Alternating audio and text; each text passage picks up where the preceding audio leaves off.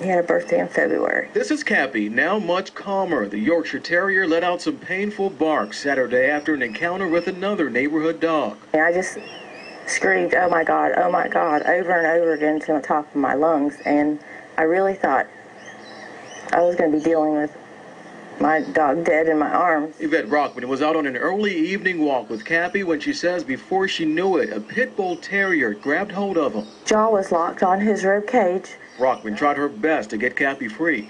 I had to fight the dog and punch him in the nose several times. There's the big gash there. But the damage was already done. Cappy was left with gashes to his body. Rockman was also bitten on the arm and had to receive stitches. I don't want anyone to ever suffer that kind of trauma. It's a tough, regrettable situation.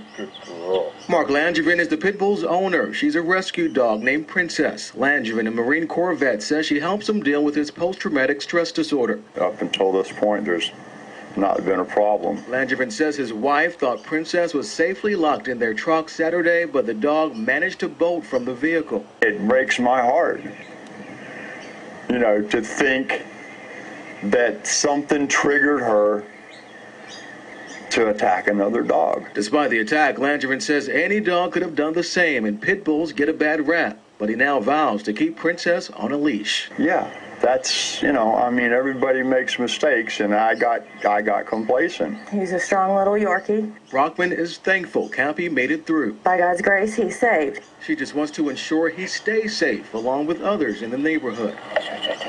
In Mandarin, Link Keys, First Coast News, your news leader.